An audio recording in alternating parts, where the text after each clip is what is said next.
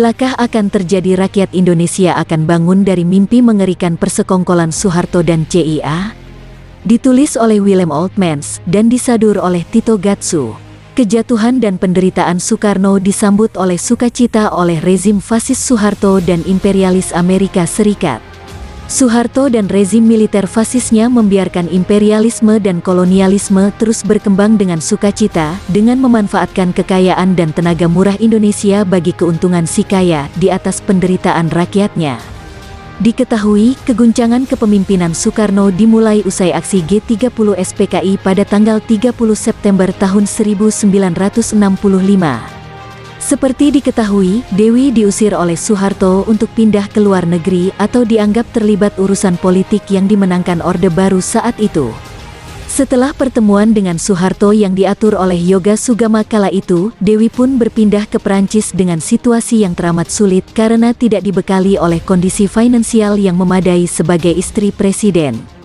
Pada tanggal 11 Maret tahun 1966, Bung Karno menerbitkan surat perintah atau Super Semar kepada Panglima Angkatan Bersenjata, Soeharto, untuk mengembalikan ketertiban, menjaga stabilitas pemerintah, dan jalannya revolusi dan menjamin keselamatan dirinya sendiri. Keesokan harinya, tanggal 12 Maret tahun 1966, Soeharto menerbitkan surat perintah buatannya sendiri, ditandatangani atas nama Bung Karno. Di satu sisi ia menyatakan kecintaannya yang besar bagi seluruh rakyat Indonesia, termasuk dirinya sendiri, karena Soekarno telah menegaskan kembali bangun dasar negara, seperti Pancasila, anti-kapitalisme, anti-imperialisme, dan menyatakan lagi, bahwa Indonesia mengikuti paham sosialisme. Secara khusus Soeharto menekankan, bahwa revolusi tidak akan membelok ke kanan, seperti yang dikatakan mata-mata kecoa dan kutu busuk selama ini. Angkatan Bersenjata Indonesia juga tidak akan membiarkan revolusi diseret ke ekstrim kiri. Oleh sebab itu, pada saat yang sama ia juga menerbitkan Surat Keputusan Nomor 1, tanggal 12 Maret tahun 1966. Dengan surat keputusan itu ia membubarkan PKI karena keterlibatan kelompok ini dalam gerakan tanggal 30 September tahun 1965 atau Gestapo. Dengan keputusan ini, ia dengan sengaja menghancurkan karya luhur Bung Karno yang didasarkan kepada usaha menyeimbangkan berbagai kekuatan dalam masyarakat Indonesia atas dasar konsep Pancasila. Surat keputusan itu juga mengesahkan pembunuhan besar-besaran para pejuang, pencinta Soekarno, dan kaum komunis yang dilakukan atas perintah Soeharto. Mungkin kita tidak pernah tahu berapa banyaknya orang tidak berdosa yang mati oleh tangan berdarahnya Soeharto yang akan tercatat dalam sejarah Indonesia sebagai banjir darah paling mengerikan. Washington dan tim rahasia berpaling muka, seperti yang selalu mereka lakukan bila pembunuhan massal terhadap orang-orang yang diduga beraliran kiri karena keangkaramurkaan dan kegilaan mereka. Hak asasi manusia ala Amerika berarti bagi semua orang di bumi ini kecuali kaum beraliran kiri dan kaum pengikut Marx dan Lenin. Belakangan mereka menambah daftar ini dengan yang disebut Rockstads.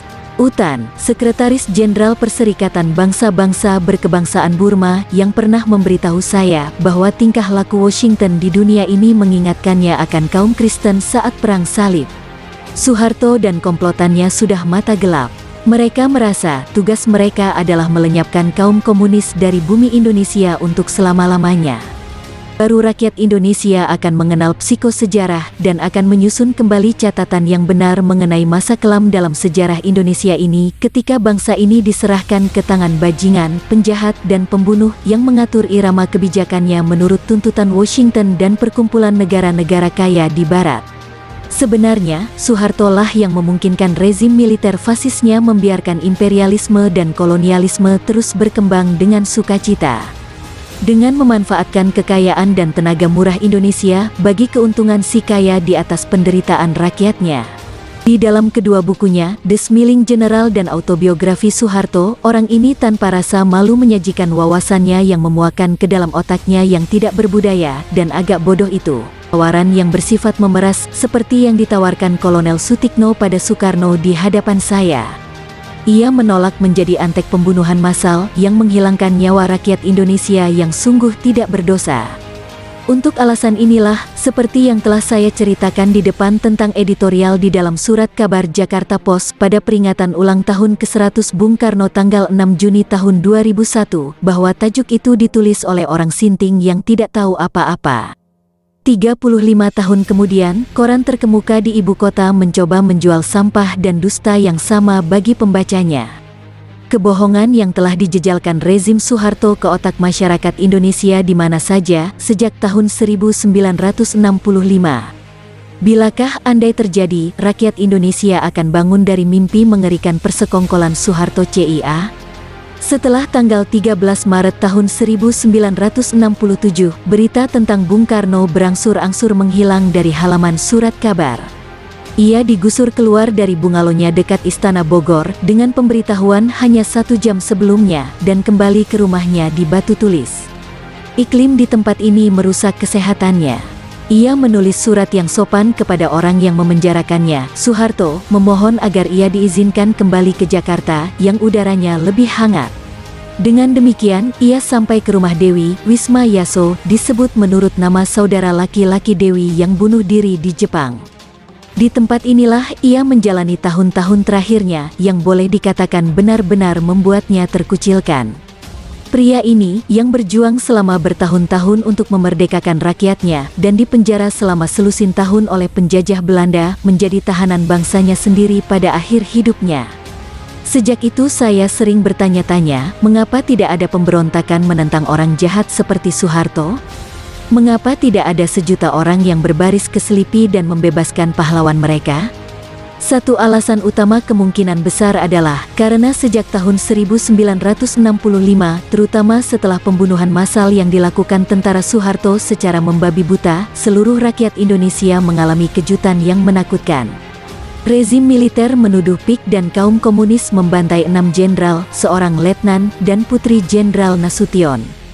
Presiden tidak membuat pernyataan di depan umum yang mengutuk PKI. Banyak rakyat Indonesia saat itu menganggap bahwa barangkali Bung Karno memang mendukung gerakan tanggal 30 September itu, seperti yang dikatakan Soeharto. Komplotan yang merancang makar itu memerlukan dusta yang sengaja diciptakan ini di atas penderitaan Soekarno untuk membenarkan pembunuhan yang tidak pandang bulu terhadap pengikut setia Soekarno dan kaum komunis. Makar tahun 1965 itu sesuai benar dengan pemikiran perang salib anti-komunisnya tim rahasia dan CIA, seperti tumbuh bertemu tutup. Berita mengenai Soekarno makin mengkhawatirkan selama kurun tahun 1967 dan 1970, yaitu tahun kematiannya. Keluarganya semakin jarang diizinkan menengoknya. Barangkali hanya Ibu Hartini yang boleh dikatakan dapat menjenguknya secara teratur. Ia sering menyurati saya selama itu, menceritakan penderitaan suaminya. Surat-surat itu saya simpan di dalam buku harian saya, yang sekarang aman terkunci di Royal Library di Den Haag. Dari waktu ke waktu saya mendengar ihwal tindakan keji yang dilakukan orang-orangnya Soeharto terhadap Bung Karno. Jenderal Alamsyah misalnya, mula-mula merampok mobil-mobil yang masih tertinggal di Wisma Yaso. Kemudian ia kembali untuk merampas satu-satunya pesawat televisi Bung Karno, sehingga mantan presiden ini benar-benar terputus hubungannya dengan dunia luar. Saya pernah menanyai jenderal ini, setelah ia ditunjuk Soeharto sebagai dubes untuk Belanda, mengenai tindakan kriminal atas nama Orde Baru itu terhadap orang yang telah memerdekakan negerinya. Setidak-tidaknya ia tampak malu ketika saya langsung menyerangnya dengan mengungkapkan perbuatan pengecut yang ia lakukan terhadap orang tua yang tidak berdaya ini. Pada awal tahun 1970, saya merasa benar-benar khawatir mengenai keadaan sahabat saya ini di penjaranya di Selipi, sehingga saya memutuskan pergi menemui Dewi Soekarno yang tinggal bersama putrinya yang berusia 3 tahun di Paris. Pada tanggal 24 Maret kami bertemu di apartemennya di Avenue Montaigne 12 untuk pertama kalinya. Ia tetap berhubungan dengan anak-anak Soekarno yang lain dan tahu dengan rinci akan berbagai tindakan penganiayaan yang luar biasa kejinya terhadap Bung Karno. Ibu Sugijo misalnya, yang bekerja untuk Dewi di Wisma Yaso, diusir oleh pengikut Soeharto. Rumah itu penuh dipasangi mikrofon oleh Gestaponya Soeharto. Apabila anak-anaknya datang berkunjung, mantan presiden itu mengacungkan telunjuknya menunjuk ke langit-langit rumah sebagai isyarat agar mereka berhati-hati dalam berbicara karena abang besar Soeharto sedang mendengarkan. Rahmawati Soekarno Putri menulis artikel yang terbit di majalah Belanda Vrije Nederland tanggal 19 Juni tahun 1971. Artikel itu menjelaskan bahwa ketika mantan presiden itu sedang disidik oleh orang-orangnya Soeharto, tidak seorang pun boleh mengunjunginya selama 6 bulan. Selama penyidikan tersebut, mereka memperlakukan ia seperti ia sendiri adalah orang komunis. Demikian ditulis Rahmawati. Setelah Ibu Soegija disuruh pergi, tulis Rahmawati, Wisma Yaso tidak pernah lagi dibersihkan. Kamar mandinya kotor, dan rumah itu mulai diserbu tikus dan aneka jenis serangga yang tidak diinginkan. Bila ada lampu yang mati, mereka tidak pernah menggantinya dengan yang baru. Beberapa ruangan di rumah itu dijadikan gudang. Sementara kondisi Bung Karno makin melemah, ia melihat semua yang terjadi pada dirinya. Dokter yang merawatnya menyarankan agar ia berjalan-jalan keluar rumah atau kebun. Tetapi polisi militer yang berjaga di sana melarangnya, meskipun hanya berjalan-jalan saja. Mantan presiden itu menulis surat lagi kepada Soeharto, memohon agar ia diizinkan berjalan-jalan di sekitar daerah tersebut. Ia tidak pernah beroleh jawaban. Rahmawati menyatakan di dalam artikelnya bahwa apabila ia mengunjungi ayahnya dan mereka bercakap-cakap berdua, mata-mata Soeharto selalu ikut hadir dan mendengarkan, meskipun sudah ada sistem mikrofon yang canggih itu. Informasi yang disampaikan Dewi pada tanggal 24 Maret tahun 1970 mengenai kondisi Bung Karno meyakinkan saya bahwa kami harus membuat seruan yang langsung ditujukan kepada Soeharto agar segera memperbaiki kondisi lingkungan hidup mantan presiden ini untuk mencegah ia dituduh bertanggung jawab atas kematian Bung Karno sebelum waktunya. Kami duduk bersama selama beberapa hari menyusun naskahnya. Saya tidak akan pernah menuntut hak cipta atas karya tulis yang langsung ke sasaran, memukul telak dan mengharukan ini bagi diri saya. Wanita besi dari Jepang itulah yang menyusun dokumen bersejarah itu, yang saya lampirkan juga di dalam buku Bung Karno Sahabatku. Dewi menulis bahwa Soeharto telah melakukan tindak pidana nasional dengan perbuatan makarnya di tahun 1965. Apapun usahanya untuk membenarkan tindakannya, membunuh ratusan ribu anggota masyarakat yang lemah dan tidak berdaya itu. Karena Bung Karno dan Dewi ada di Wisma Yaso pada malam saat Untung mengumpulkan 6 perwira tinggi dan membunuh mereka. Dewi berada dalam posisi yang unik untuk bersaksi tentang keadaan mental Soekarno pada hari-hari yang menentukan dalam sejarah Indonesia itu. Saya mengenalnya sejak tahun 1970. Ia tidak pernah ragu dalam pembelaannya mengenai peran Soekarno dalam berbagai peristiwa di tahun 1965. Sehari sesudah malam yang mencekam itu, ia minta seorang prajurit mengantarnya naik jeep menemui suaminya di Pangkalan Udara Halim. Di tempat itu, ia berbicara sebentar dengan Bung Karno sendirian. Kesaksiannya ini sangatlah penting. Presiden juga menulis serangkaian surat untuk Dewi pada hari-hari pertama bulan Oktober tahun 1965. Dewi mengizinkan saya menyalin 2 di antara surat-surat itu, yang bertanggal 2 dan tanggal 3 Oktober untuk buku saya yang terbit tahun 1973, yang berjudul Den Vaderland Get Away.